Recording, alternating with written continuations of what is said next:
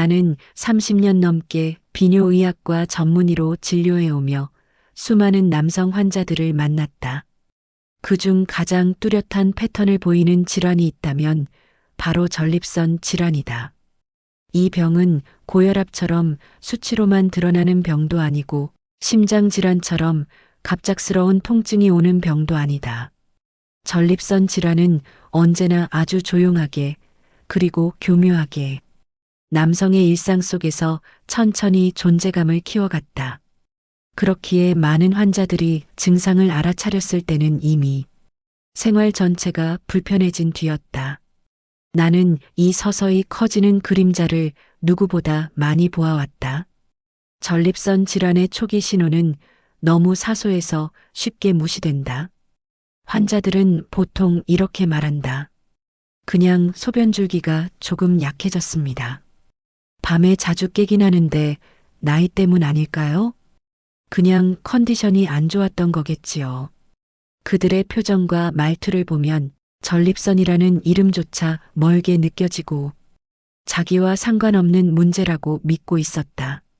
그러나 나는 그 작은 변화가 앞으로 수개월 혹은 수년 동안 그들의 삶에 큰 영향을 끼치게 될 첫 신호라는 걸 잘 알고 있었다.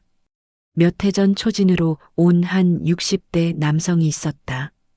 그는 퇴직 후의 삶을 즐기던 평범한 가장이었다. 가벼운 등산과 친구들과의 산책 모임을 즐겼고 건강도 그럭저럭 유지하고 있었다.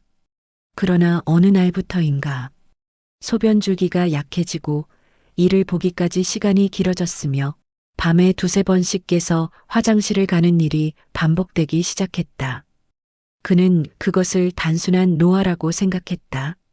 나이가 들면 소변이 자주 마렵고 밤에 자주 깨는 것이 당연하다고 믿었다. 하지만 검사 결과를 본 나는 이 문제가 결코 가볍지 않다는 사실을 단번에 알았다. 전립선은 이미 비대해져 있었고 방광은 그 압박 때문에 과하게 긴장되어 있었으며 소변이 완전히 배출되지 않는 잔뇨 문제까지 나타나고 있었다. 그는 처음으로 진료실에서 자신의 몸이 얼마나 오랫동안 신호를 보내고 있었는지 뒤늦게 깨달았다. 잠들기 전 물을 마시지 않으려 하고 화장실을 가기 위해 외출 계획을 바꾸고 여행을 떠날 때면 도중에 화장실을 계속 찾게 되는 생활.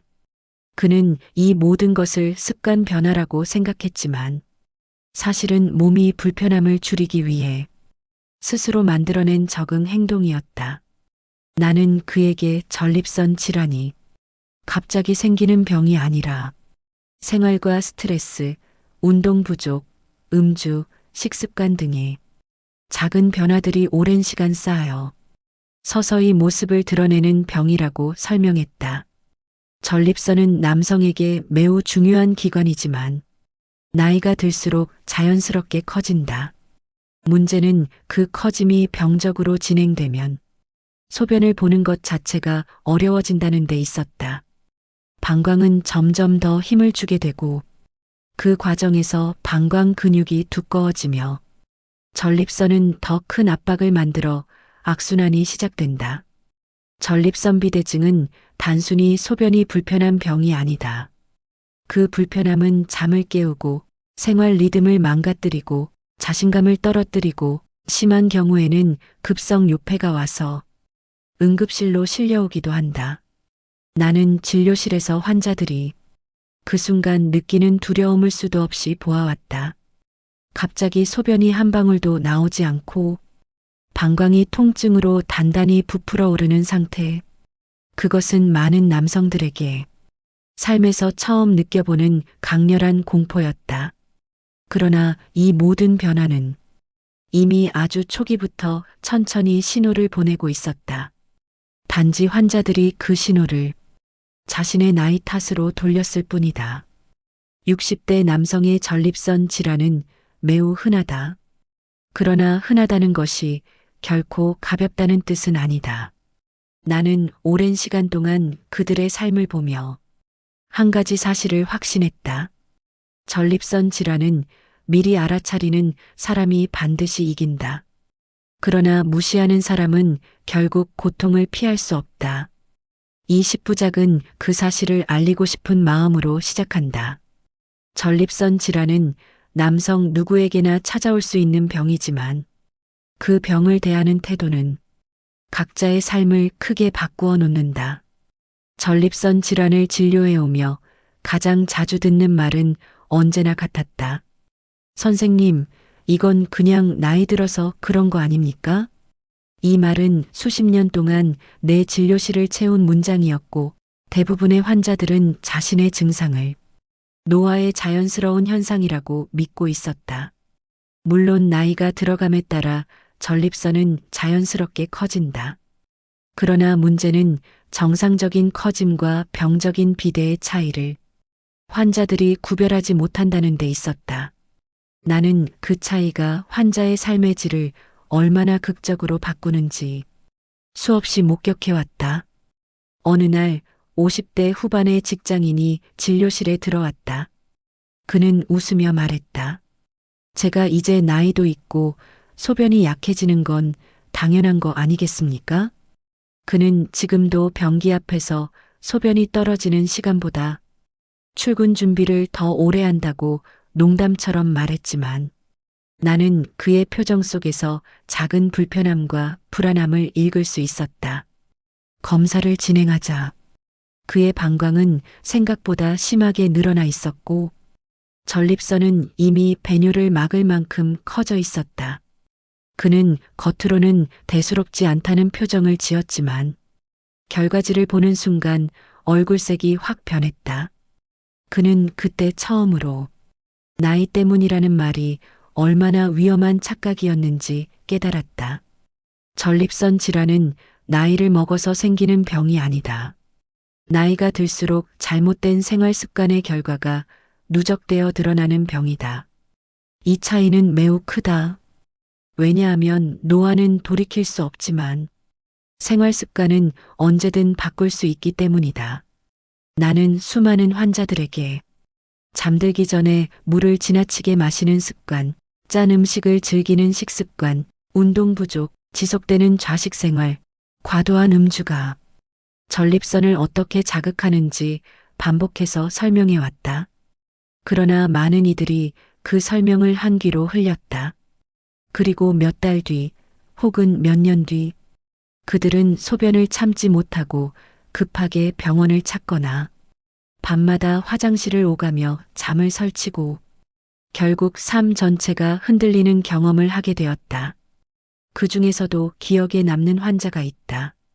60대 초반의 공무원이었는데 그는 매일 책상에 오래 앉아 있었고 야근을 하면 커피를 거의 물처럼 마셨다. 그는 오랫동안 잔뇨감을 느꼈지만 이건 역시 나이 탓이라고 생각했다. 어느 날 갑자기 소변이 아예 나오지 않는 급성 요폐가 발생했고 그는 극심한 하복부 통증에 얼굴이 새하얗게 질린 채 응급실로 들어왔다. 도뇨관을 삽입해 방광을 비우자 그곳에는 거의 소변 1리터가 차 있었다. 그는 그 순간 자신이 얼마나 위험한 상태였는지 뼈저리게 실감했다. 그 이후 그는 내게 말했다. 선생님, 저는 항상 나이 탓이라고만 생각했어요. 근데 그게 제일 큰 착각이었네요. 나는 그 말이 진료실에 울려 퍼질 때마다 전립선 질환과 노화의 경계가 얼마나 많은 사람들의 삶을 흔드는지 절실히 느꼈다. 전립선 질환의 또 다른 오해는 아프지 않으니까 괜찮다는 생각이다. 그러나 전립선은 신경이 예민한 곳이 아니라 문제가 있어도 통증을 거의 느끼지 못한다. 증상 없이 진행되는 경우가 많아 환자들은 병의 심각성을 깨닫지 못한 채 오랜 시간을 보내게 된다. 실제로 전립선 비대증 환자의 상당수는 전립선이 방광을 심하게 압박하고 있음에도 통증이 거의 없었다.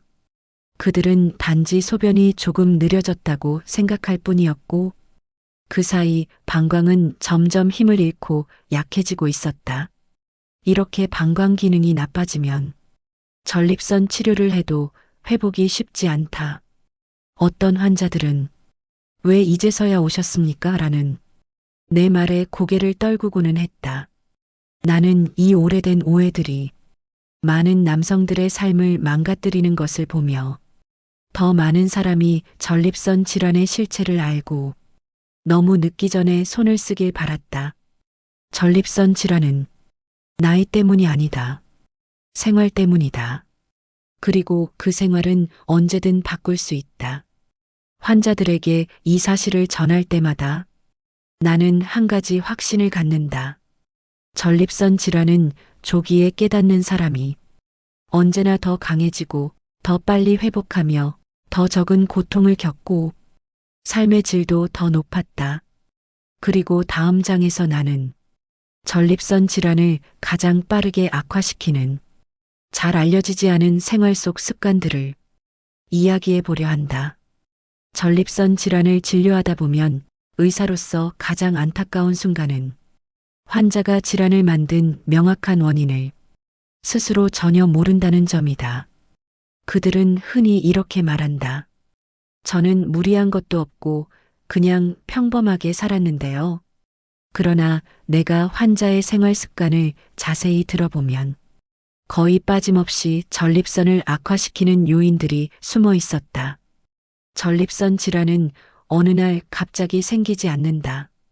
전립선은 서서히 자극되고 천천히 붓고 조금씩 커지며 그 과정이 수년간 누적된다. 나는 진료실에서 이 생활 패턴의 누적이 전립선 질환을 악화시키는 가장 큰 문제라는 것을 수없이 확인해 왔다. 첫 번째, 오랜 좌식 생활 전립선을 직접 압박하는 가장 대표적인 습관. 전립선 질환 환자들의 가장 중요한 공통점은 자리에 오래 앉아 있는 생활이었다. 운전직, 사무직, 자영업자, 택배 정산 업무 등 오랜 시간 의자에 붙어 앉아 있는 직업을 가진 환자들은 전립선의 지속적인 압박이 가해진다. 전립선은 골반 깊숙한 곳, 그러나 앉아 있을 때 가장 직접적인 압박을 받는 위치에 있다. 특히 단단한 의자에 오래 앉아 있으면 전립선 조직과 주변 신경, 혈관의 순환이 떨어지며 염증이 생기기 쉬운 환경이 만들어진다. 나는 몇 년 동안 앉아서 일하던 50대 남성이 갑자기 심한 전립선통을 호소하며 찾아왔던 사례를 기억한다. 그는 스트레스를 풀기 위해 밤마다 맥주를 마셨고 이 습관이 전립선 비대를 빠르게 악화시켰다. 그는 진료실에서 제가 왜 이렇게까지 됐는지 모르겠습니다라고 말했지만 그의 생활 패턴에는 이미 전립선을 자극하는 요소가 여러 해에 걸쳐 쌓여 있었다. 두 번째, 자극적인 음주 습관, 특히 야간 음주. 전립선은 알코올에 굉장히 민감하다. 술은 전립선 주변 혈관을 확장시키고 체내 순환을 빠르게 증가시키며 전립선 조직을 붓게 만든다. 그 결과 밤에 소변이 자주 마렵고 배뇨 시 불편한 압박감을 느끼게 된다. 특히 저녁 늦게 마시는 술은 전립선 비대증과 만성 전립선염을 급격하게 악화시키는 가장 위험한 습관이었다. 하루는 60대 초반의 회사원이 새벽 3차례나 화장실에 가느라 잠을 설쳤다며 찾아왔다. 그는 전날 밤 친구들과 늦게까지 소주를 마셨다고 했다.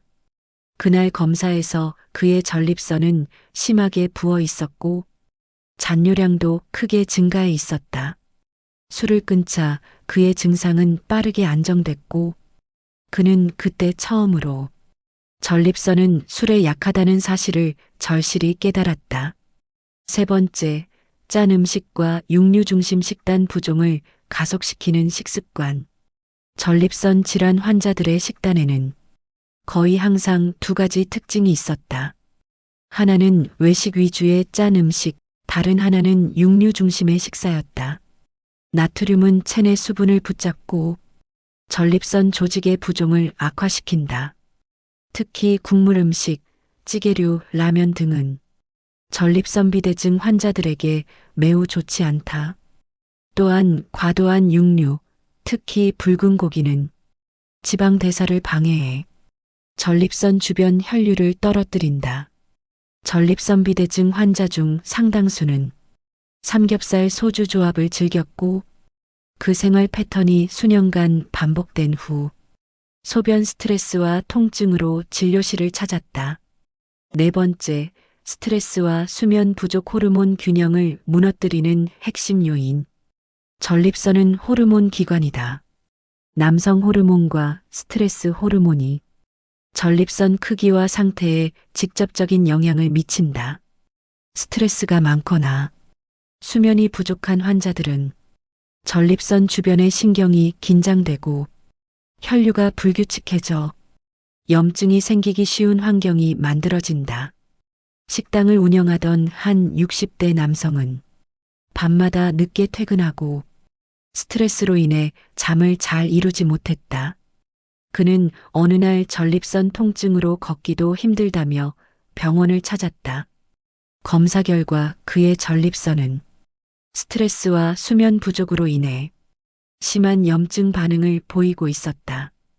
그는 생활 리듬을 조금만 바꾸자 한 달 후 증상이 놀라울 정도로 줄었다. 다섯 번째, 물을 거의 마시지 않는 생활 방광 전립선을 동시에 자극. 소변 자주 보는 게 싫어서 물을 안 마십니다. 이 말은 전립선 환자들에게서 너무나 자주 들었다. 그러나 물을 적게 마실수록 소변은 더 진해지고 방광과 전립선은 더 큰 자극을 받는다. 물 섭취 부족은 전립선염 증상, 배뇨통, 통증을 가장 빠르게 악화시키는 요인이었다. 나는 이 생활 패턴들이 전립선 질환을 악화시키는 가장 큰 이유라는 사실을 수백 번은 설명해 온 것 같다. 그러나 진짜 문제는 환자들이 이것을 나의 이야기로 받아들이지 않는다는 점이었다. 하지만 전립선 질환은 누적의 병이다. 좋지 않은 습관들이 한 번, 두 번 쌓이면 결국 어느 날 갑자기 소변이 나오지 않는 공포의 순간을 맞게 된다. 이제 다음 장에서 나는 이 오래된 문제를 드라마처럼 바꿔냈던 한 환자의 놀라운 역전 사례를 자세히 이야기해 보려 한다. 의사생활 중 가장 보람 있는 순간은 환자가 무너진 일상에서 다시 일어서는 장면을 보는 것이다. 전립선 질환은 서서히 삶을 무너뜨리는 병이지만 올바른 관리만 시작되면 놀랍도록 빠르게 회복의 길을 열어준다. 오늘 이야기할 이 환자 역시 그 대표적인 사례였다. 그는 60대 중반의 남성으로 오랫동안 제조업 현장에서 일해온 사람이었다. 젊을 때부터 몸을 많이 써서 그런지 나이가 들어도 체력 하나는 남들보다 좋았고 건강에 대한 자부심도 있었다. 그래서 소변이 조금 불편해지기 시작했을 때도 그는 대수롭지 않게 여겼다. 남자들은 나이 들면 원래 그래. 그는 그렇게 말하며 몸이 보내는 신호를 몇 달 동안 무시했다. 그러나 증상은 멈추지 않았다. 소변 줄기는 점점 가늘어지고 소변을 보기 위해 변기 앞에서 오랫동안 기다려야 하는 날이 늘었다. 밤에는 두세 번씩 깼고 아침이면 머리가 무겁고 한낮에도 묘한 피로감이 따라다녔다. 그럼에도 그는 여전히 나이가 들어서 그렇다는 생각을 버리지 않았다. 그러던 어느 날 현장에서 장비를 옮기다 갑자기 하복부가 단단하게 차오르는 듯한 통증이 밀려왔다. 소변이 전혀 나오지 않는 상황이었다. 그는 얼굴이 하얗게 질린 채 동료의 부축을 받아 응급실로 실려왔다. 그때 나는 근무 중이었고 그가 침대에 올라오자마자 상황의 심각성을 단번에 파악했다. 급성 요폐, 전립선 비대증 환자에게 찾아오는 가장 무겁고 고통스러운 순간이었다. 도뇨관을 삽입해 방광에서 소변을 빼내자 그곳에는 거의 900ml가 넘는 소변이 차 있었다. 그는 한참을 누워 천장을 바라보며 진정되지 않은 표정으로 말했다. 이렇게 되는 줄 몰랐습니다. 그냥 조금 불편했던 것뿐입니다. 그가 진정되고 난 뒤 우리는 자세한 상담을 진행했다.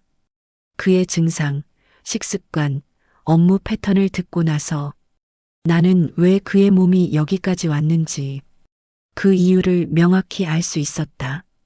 그는 하루 대부분을 의자에서 보냈고 퇴근 후엔 맥주 한두 잔을 마시는 것이 습관이었다.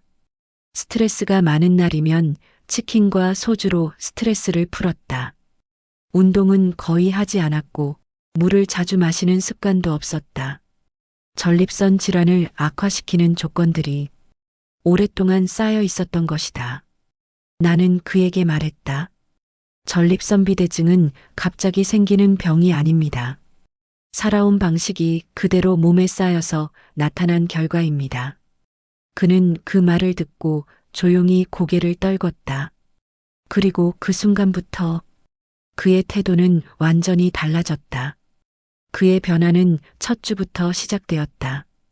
그는 퇴원 후 내가 알려준 생활 가이드라인을 하나도 빠짐없이 실천하기 시작했다.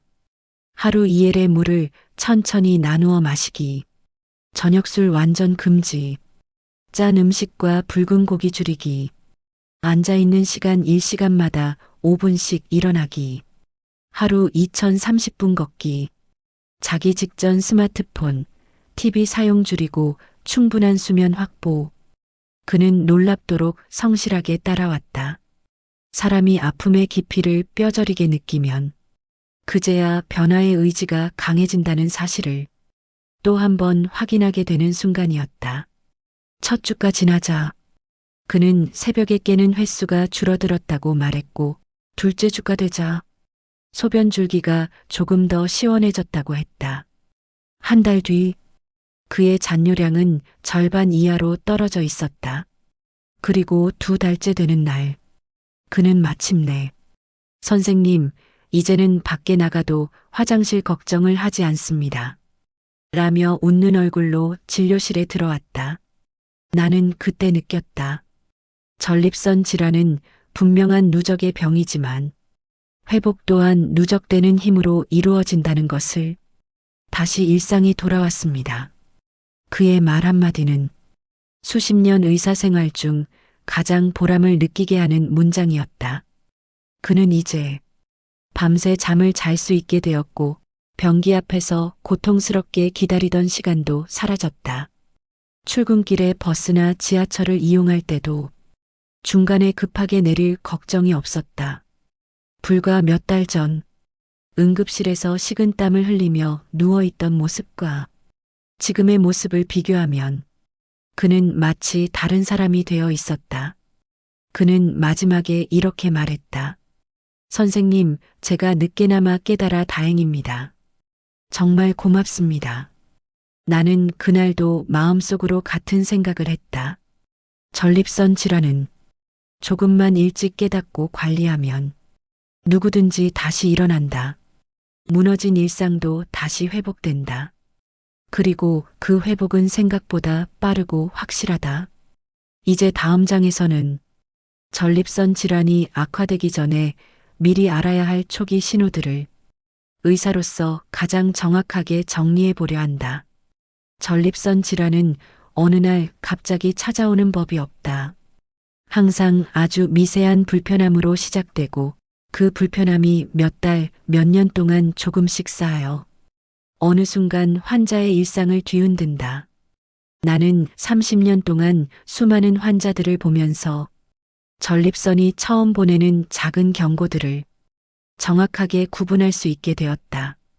문제는 이 경고들이 너무 가볍고 너무 사소하고 너무 일상적이라 대부분의 환자들이 이를 그저 지나가는 불편함 정도로 오해하거나 무시해버린다는 점이었다. 그러나 그 작은 신호들은 전립선이 보내는 가장 정직하고 확실한 메시지였다. 첫 번째 신호 소변 줄기의 아주 미세한 약화. 많은 환자들이 처음 느끼는 변화는 소변 줄기가 예전만큼 새지 않다는 점이었다. 그 약해짐이 하루아침에 일어나는 것은 아니다. 며칠, 몇 주에 걸쳐 아주 조금씩 약해진다. 환자들은 흔히 이렇게 말한다. 예전에는 소변이 쭉 뻗어나갔는데 요즘은 살짝 힘이 빠진 느낌입니다. 이 말은 의사에게는 명백한 신호였다. 전립선이 이미 방광 입구 쪽을 좁히기 시작했다는 의미였고, 방광이 소변을 밀어내기 위해 전보다 더 많은 힘을 쓰기 시작했다는 뜻이었다. 이 초기 신호를 무시하면 방광은 점점 피로해지고 장기적으로 회복이 어려워질 수도 있다. 두 번째 신호 배뇨 시간이 길어짐. 많은 환자가 처음에는 느끼지 못하지만 소변을 보는데 예전보다 시간이 길어졌다는 변화는 전립선 질환의 대표적인 초기 징후였다. 변기 앞에서 5초 기다리던 사람이 10초, 15초로 늘어나는 것은 전립선의 압박이 진행되고 있다는 뜻이었다. 이 현상은 전립선 비대증에서도 만성전립선염에서도 공통적으로 나타나는 증상이었다. 세 번째 신호 잔뇨감이라는 찜찜한 느낌.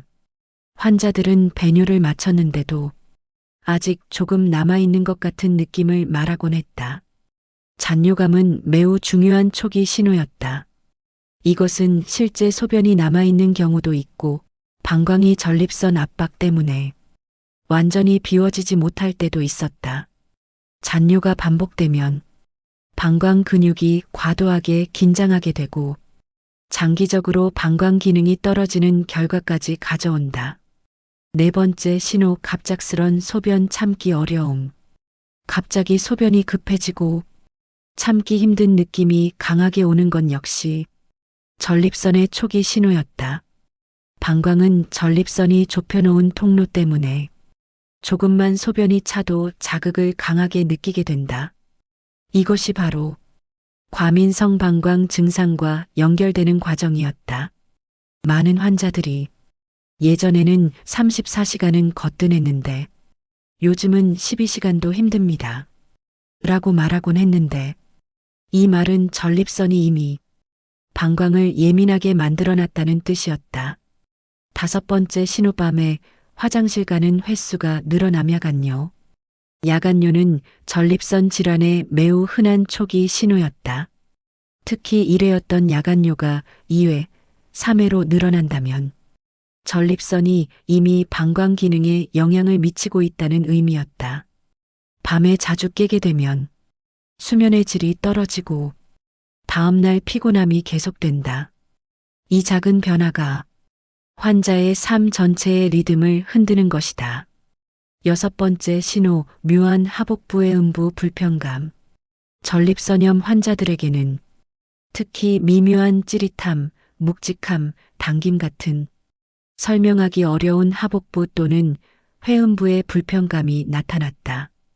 환자들은 이 감각을 피곤해서 그런 것 같다, 허리가 아픈 것 같다 라고 말했지만 의사로서는 전립선이 보내는 중요한 신호로 해석했다. 일곱 번째 신호, 소변이 끊기는 느낌. 처음의 흐름은 괜찮다가 중간에 툭 끊기는 느낌이 드는 것.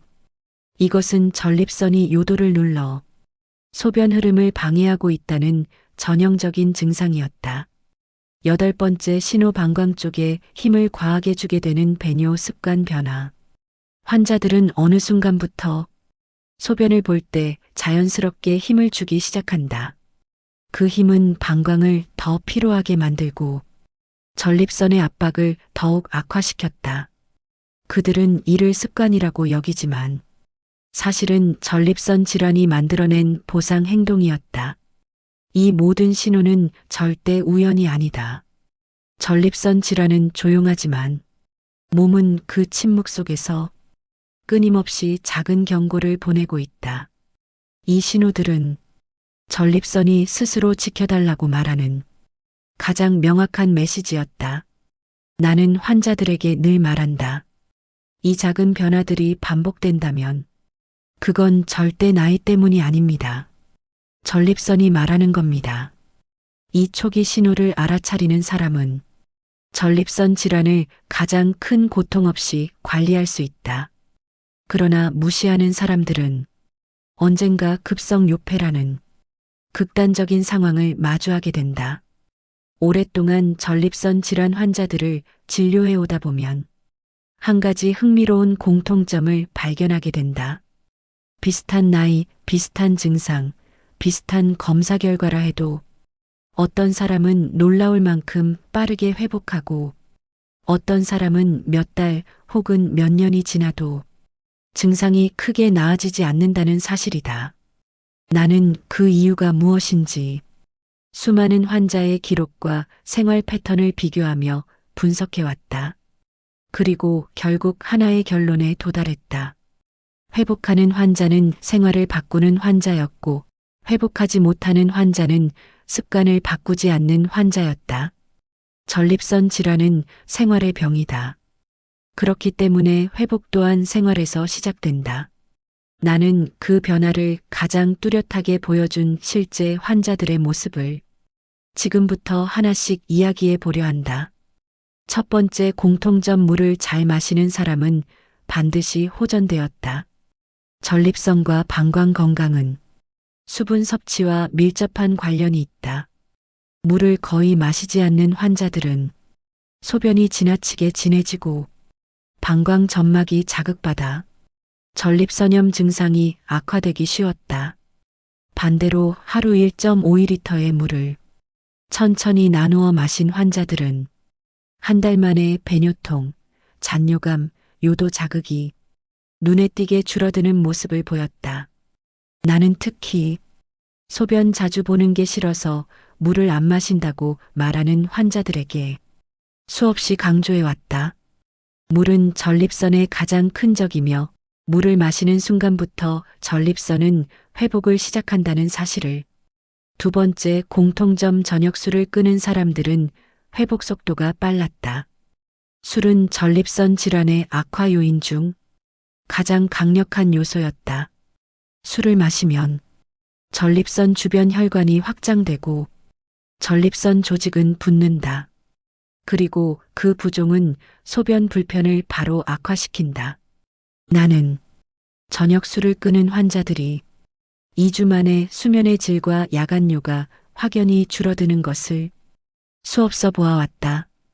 반대로 매일 한두 잔의 맥주라도 꾸준히 마시는 사람들은 증상이 느리게 개선되거나 호전과 악화를 반복했다. 생활 속 가장 작은 변화였지만 효과는 가장 강력했다. 세 번째 공통점, 짠 음식과 육류 섭취를 줄인 사람들은 전립선 부종이 가라앉았다. 한국인의 식탁은 전립선에 좋지 않은 요소가 많다. 찌개, 국물 요리, 라면, 젓갈, 짠 반찬들. 이 모든 음식은 전립선 주변 수분 대사를 교란하고 부종을 악화시킨다. 또한 삼겹살, 소고기, 돼지갈비 등 기름진 육류 위주의 식사는 전립선의 과부하를 주기 쉬웠다. 이 두 가지를 줄인 환자들은 놀랄 만큼 빠르게 잔뇨감이 줄고 소변 줄기가 개선되는 모습을 보였다. 네 번째 공통점, 앉아 있는 시간을 줄인 사람은 방광 기능이 회복되었다. 전립선은 딱딱한 의자에 오랜 시간 앉아 있는 것만으로도 직접적인 압박을 받는다. 운전 직업, 사무직, 택배 정산, 자영업자는 전립선 질환이 악화되기 쉬웠다. 그러나 1시간에 한 번씩 5분만 일어나는 습관을 들인 환자들은 전립선 통증과 하복부 불편감이 빠르게 감소했다. 간단하지만 전립선 회복에서 가장 중요한 생활 변화였다. 다섯 번째 공통점, 꾸준한 걷기 운동은 전립선의 혈류를 되살렸다. 전립선이 회복되기 위해서는 결국 혈류가 살아나야 했다. 걷기 운동은 전립선 주변 혈류를 자연스럽게 증가시키고 하복부 근육의 긴장을 완화시키며 방광 기능을 안정시키는 데 큰 도움이 되었다.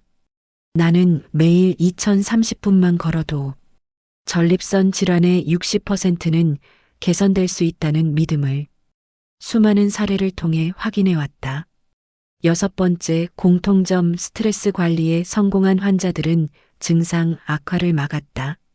스트레스는 전립선 질환의 가장 교묘한 악화 요인이었다. 스트레스를 받으면 전립선 주변 근육이 수축되고 신경이 예민해지며 소변 조절 기능이 약해진다. 스트레스를 풀기 위해 술을 마시거나 폭식을 하는 사람들은 전립선을 더욱 악화시키는 악순환에 빠졌다. 반대로 가벼운 산책, 명상, 취미, 수면 패턴 조절 등 스트레스를 관리한 환자들은 탄탄한 회복 속도를 보여주었다. 일곱 번째, 공통점. 병원 검진을 꾸준히 받은 사람이 결국 이겼다. 전립선 질환은 증상이 나아지는 순간에도 속에서 천천히 진행될 수 있다. 그래서 꾸준한 검진은 전립선 건강을 지키는 가장 확실한 방법이었다. 1년에 한 번 전립선 초음파, PSA 혈액 검사, 소변 검사만 받아도 위험을 조기에 잡아낼 수 있었다. 나는 수십 년 동안 전립선 질환에서 회복한 사람들의 공통점을 보며 한 가지 확신을 갖게 되었다. 전립선은 노화로 망가지는 것이 아니라 관리하지 않아서 망가진다. 그러나 생활을 바꾸는 순간 전립선은 믿기 힘들 만큼 빠르게 회복을 시작한다. 이제 다음 장에서는 전립선 질환과 남성 호르몬의 관계, 그리고 왜 나이가 들수록 더 민감하게 반응하는지를 의사로서 가장 정확하게 설명해 보려 한다. 전립선 질환을 제대로 이해하려면 반드시 짚고 넘어가야 하는 주제가 있다. 바로 남성 호르몬 테스토스테론이다. 수십 년 동안 진료해온 경험으로 말할 수 있는 사실은 전립선은 남성 호르몬의 영향을 가장 민감하게 받는 기관이라는 점이다. 남성 호르몬은 남자의 신체 기능을 지키는 중요한 역할을 하지만 역설적으로 전립선을 키우고 자극하고 때로는 염증을 악화시키는 양날의 검이기도 했다. 나는 이 복잡한 관계가 전립선 질환을 이해하는데 가장 중요한 열쇠라고 생각한다. 그래서 이 장에서는 전립선과 남성 호르몬이 어떻게 얽혀 있고 왜 나이가 들수록 질환이 흔해지는지 의사로서 가장 정확하게 풀어보고자 한다. 1. 전립선은 남성 호르몬에 반응하도록 만들어진 기관이다. 전립선의 발달 자체가 남성 호르몬의 영향 아래에서 이루어진다. 청년기에는 테스토스테론이 전립선을 건강하고 기능적으로 유지하도록 도와준다. 정액의 일부를 만드는 역할도 테스토스테론이 담당한다. 그러나 문제는 나이가 들면서 나타난다. 남성 호르몬은 40대 이후 천천히 감소하는데 전립선은 이상하게도 이 감소 과정에서 더 과민하게 반응하는 경향이 있다. 테스토스테론이 줄어들면 신체는 이를 보상하기 위해 일부 호르몬을 다른 경로로 전환시키는데 그 과정에서 생기는 DHT 디하이드로테스토스테론이라는 물질이 전립선을 더 크게 만든다. 즉, 호르몬이 줄어도 전립선은 커진다. 이 모순적인 현상은 수십 년 동안 의사들을 당황하게 했던 부분이지만 지금은 명확한 사실로 받아들여지고 있다. 이 DHT는 전립선을 키우는 가장 강력한 호르몬이다. DHT는 테스토스테론의 10배 가까운 자극성을 가진 호르몬이다. 특히 전립선 조직을 빠르게 자극한다. 나이가 들면 전립선은 DHT에 점점 더 민감해지고 작은 변화에도 부종과 비대가 일어난다. 나는 환자들에게 종종 비유하듯 말했다. 젊었을 때는 전립선이 앞에서 걸어가지만 나이가 들면 전립선이 뒤에서 당신을 끌고 가기 시작합니다.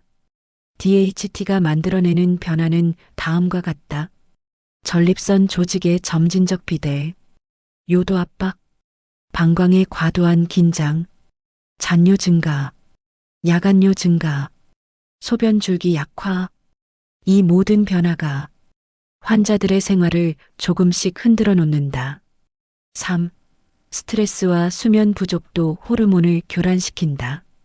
스트레스가 많은 사람들은 스트레스 호르몬인 코르티솔이 증가한다. 코르티솔이 증가하면 남성 호르몬의 정상적인 생성 대사가 깨지고 전립선이 가장 민감하게 반응하는 DHT가 더 많아진다. 수면 부족도 마찬가지였다. 나는 오랜 시간 동안 수면 질이 낮은 환자들이 전립선 질환이 더 빨리 진행되는 것을 보아왔다. 잠이 전립선의 약입니다. 이 말은 과장이 아니라 실제 환자들의 기록에서 얻은 진실이었다. 4.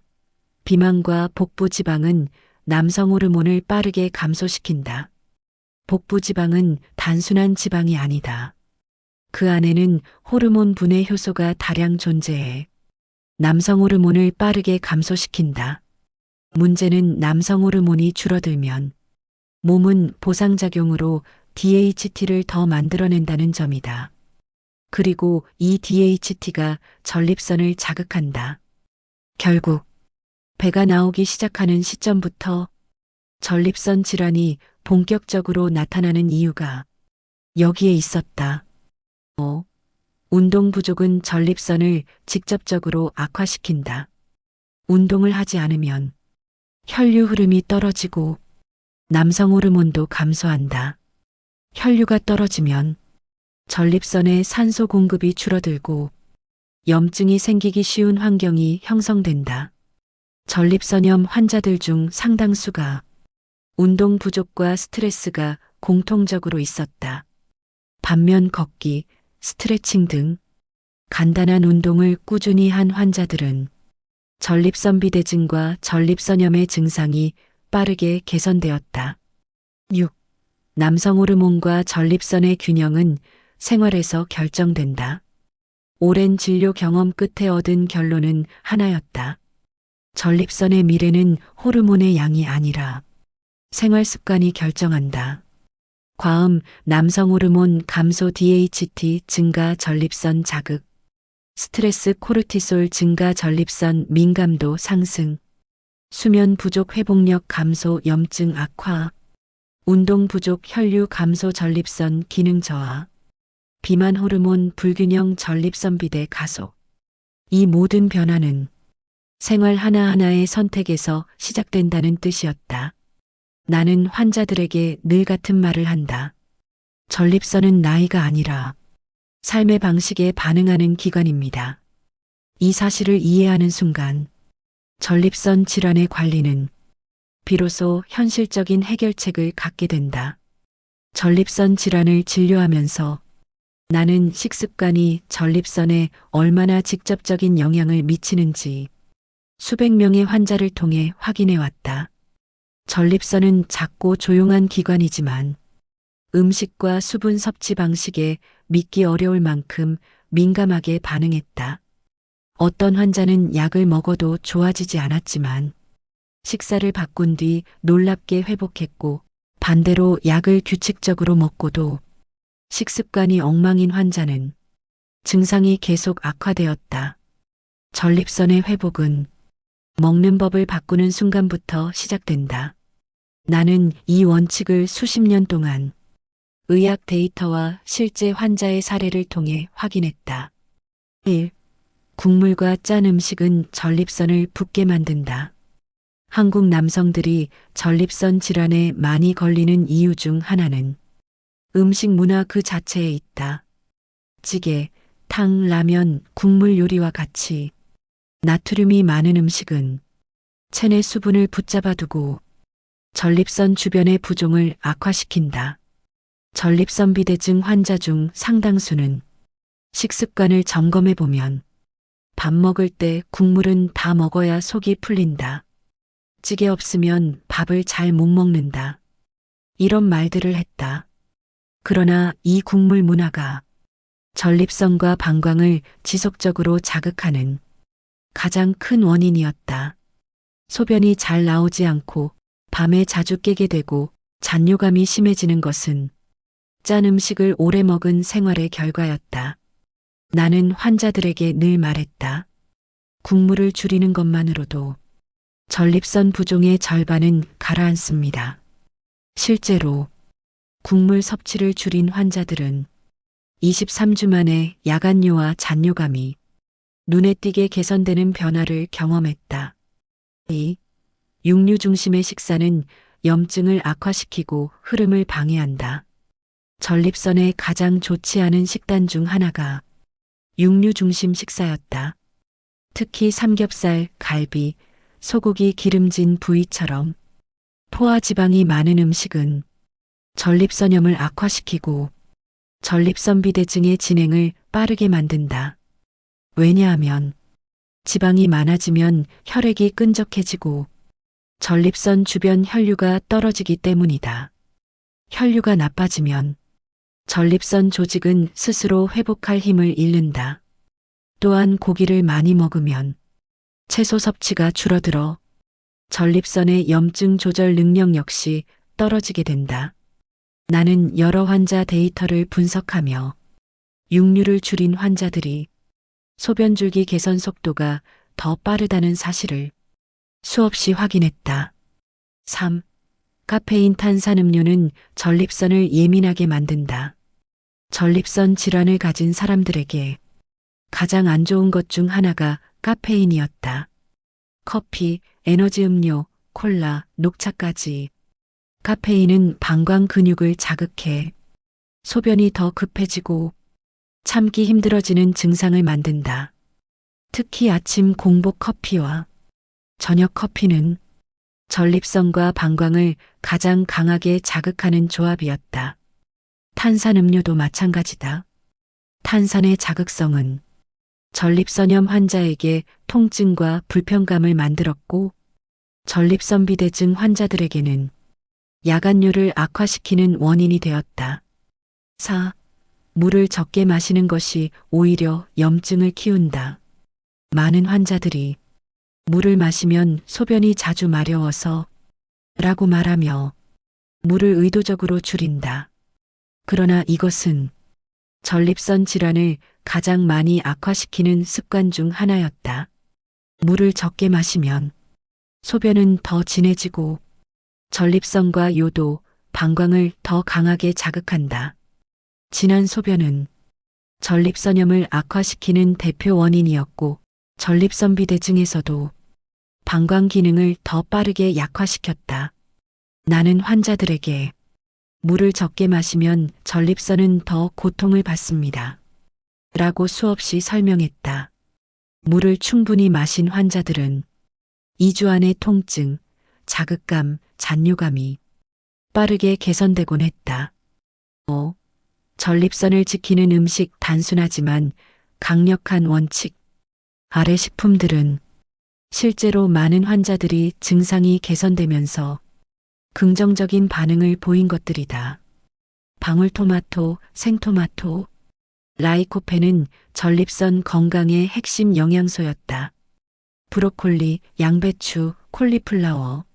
전립선 염증 조절에 효과적인 설포라판이 풍부하다. 두부 콩류. 남성 호르몬 균형을 돕는다. 생강, 마늘. 전립선의 혈류를 개선하고 염증을 완화한다. 올리브유, 등푸른 생선. 건강한 지방은 전립선 회복 속도를 높인다. 이 모든 음식의 공통점은 전립선의 염증을 줄이고 부종을 가라앉히며 혈류를 정상화하는 데 도움이 된다는 것이다. 6. 인생 후반의 전립선은 먹는 법이 결정한다. 전립선 질환은 약으로만 해결되는 병이 아니다. 약은 도움을 줄 뿐 몸 자체를 바꾸지는 못한다. 그러나 식습관은 전립선의 구조와 기능을 근본적으로 변화시키는 가장 강력한 힘을 가지고 있다. 나는 환자들에게 늘 같은 말을 한다. 당신이 먹는 음식은 당신의 전립선을 그대로 반영합니다. 그리고 이 말을 이해하는 환자일수록 회복의 속도는 더 빨랐고 삶의 질은 눈에 띄게 좋아졌다. 이제 다음 장에서는 전립선을 되살리는 운동과 생활 리듬 조절법을 60대 의사의 관점에서 가장 자세히 설명해 보려 한다. 나는 의사 생활 동안 전립선 질환을 가진 남성들에게 수십 번, 아니 수백 번도 넘게 같은 말을 해왔다. 운동은 전립선의 혈류를 되살리는 가장 강력한 치료입니다. 많은 환자들이 처음엔 반신반의했다. 운동이 소변 문제와 무슨 상관이 있겠냐는 표정으로 앉아 있었다. 그러나 나는 그 질문에 대한 답을 이미 수많은 환자의 회복 과정을 통해 확신하고 있었다. 전립선은 조용한 기관이지만 혈류라는 요소에 가장 민감하게 반응한다. 혈류가 좋아지면 전립선은 회복하고 혈류가 떨어지면 전립선은 쉽게 붓고 염증이 생긴다. 그 단순한 원리를 실제 환자들의 변화가 증명해 왔다. 1. 앉아있는 시간을 줄이는 것만으로도 증상이 좋아진다. 전립선은 앉아있을 때 가장 큰 압박을 받는다. 특히 딱딱한 의자나 낮은 의자에서 오래 앉아있는 사람들은 전립선 주변 혈류가 극단적으로 줄어든다. 환자들에게 생활 기록을 받아보면 하루 710시간을 앉아서 보내는 경우가 대부분이었다. 이들이 1시간에 5분씩만 일어나기 라는 작은 습관 하나를 만들었을 때 전립선 통증과 하복부 불편감이 12주 안에 줄어드는 것을 나는 수없이 확인했다. 사무직, 운전직, 회계정산 업무를 하는 환자들에게는 특히 이 변화가 결정적이었다. 그들은 운동을 하지 않았는데도 증상이 좋아졌다고 말하지만 사실 그 변화는 움직임이 아니라 혈류의 회복이었다. 2. 걷기 운동은 전립선을 되살리는 가장 강력한 치료법이다. 전립선 질환 환자들이 가장 쉽게 할 수 있는 운동은 바로 걷기다. 걷기는 체중 부담이 적고 하복부 골반 전립선 주변의 혈류가 자연스럽게 개선되기 때문에 전립선염, 전립선비대증 모두에서 증상이 눈에 띄게 떨어지는 모습을 보여준다. 나는 늘 환자들에게 하루 2030분만 걸어보십시오. 라고 말했다. 그리고 그 결과는 언제나 같았다. 12주 후 잔뇨감 감소, 23주 후 소변줄기 개선, 1개월 후 야간뇨 12회 감소, 23개월 후 방광 압박 감소, 전립선 부종 완화. 걷기는 약보다 느려 보일지 모르지만 몸은 걷기라는 자극을 가장 자연스럽고 강력한 회복 신호로 받아들인다. 3. 골반저 이완 운동이 전립선염 환자에게 결정적이었다. 전립선염 환자들은 골반저 근육이 과도하게 긴장하는 경우가 많다. 이 근육이 뭉치면 전립선 주변이 압박되고 소변이 나올 때 통증이 생기며 하복부의 음부가 묵직해진다. 이때 도움이 되는 것이 바로 골반저 이완 운동이다. 이 운동을 환자에게 알려주면 며칠 안에 통증이 줄고 배뇨가 훨씬 수월해지는 변화를 보였다. 특히 IT 업종, 운전직, 회계직처럼 장시간 앉아있는 환자들에게는 이 이완 운동이 거의 구세주와 같은 효과를 냈다. 4. 스트레칭은 전립선의 긴장을 풀어주는 즉각적인 치료다. 하루 중 아침과 저녁에 단 5분만 스트레칭을 해도 전립선 주변 긴장이 풀리고 장시간 앉아있을 때 생기는 뻐근함이 크게 줄어든다. 허리 골반 허벅지 뒤쪽을 중심으로 스트레칭을 하면 전립선으로 가는 혈류가 부드럽게 개선된다. 이 단순한 변화가 전립선염의 만성 통증을 줄이는데 놀라운 효과를 보여준다는 것을 나는 환자들로부터 수없이 느꼈다.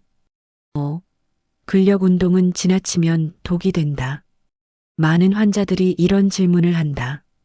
그럼 근력 운동은 어떻습니까? 근력 운동은 잘만 하면 좋지만 무리하게 하면 전립선에 독이 된다. 과도한 힘주기, 복압 상승, 무거운 중량을 드는 동작은 전립선 비대증과 전립선염을 악화시킬 수 있다. 나는 환자들에게 이렇게 말했다. 헬스장에서 무거운 중량을 드는 순간 전립선은 바로 항의합니다.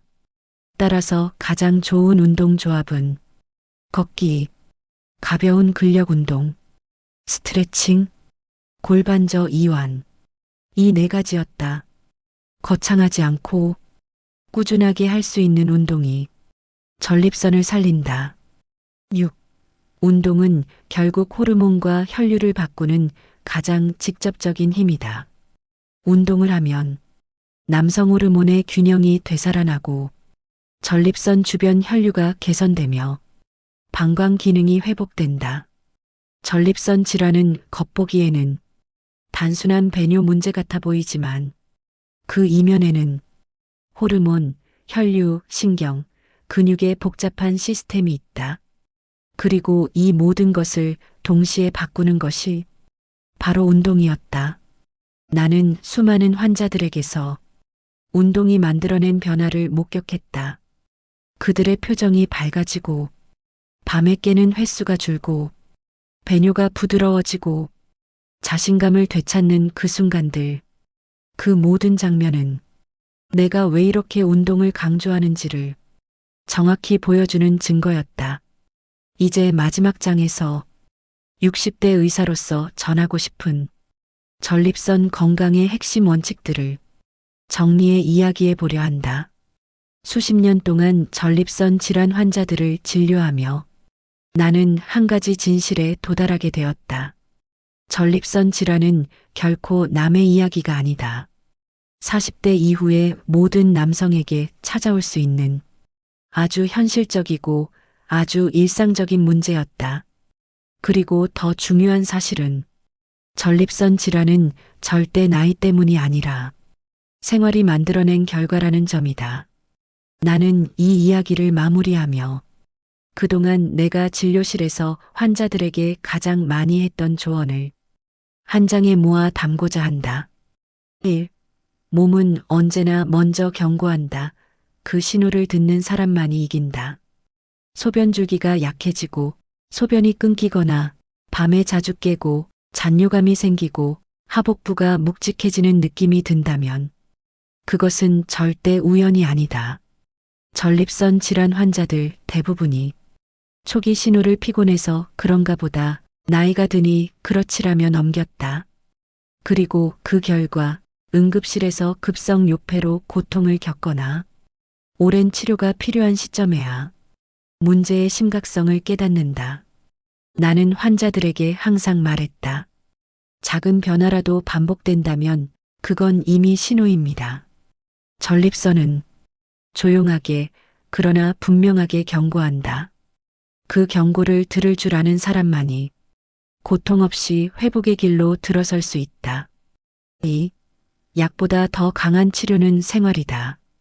전립선 질환은 약을 먹으면 좋아지지만 약만으로는 절대 완치되지 않는다.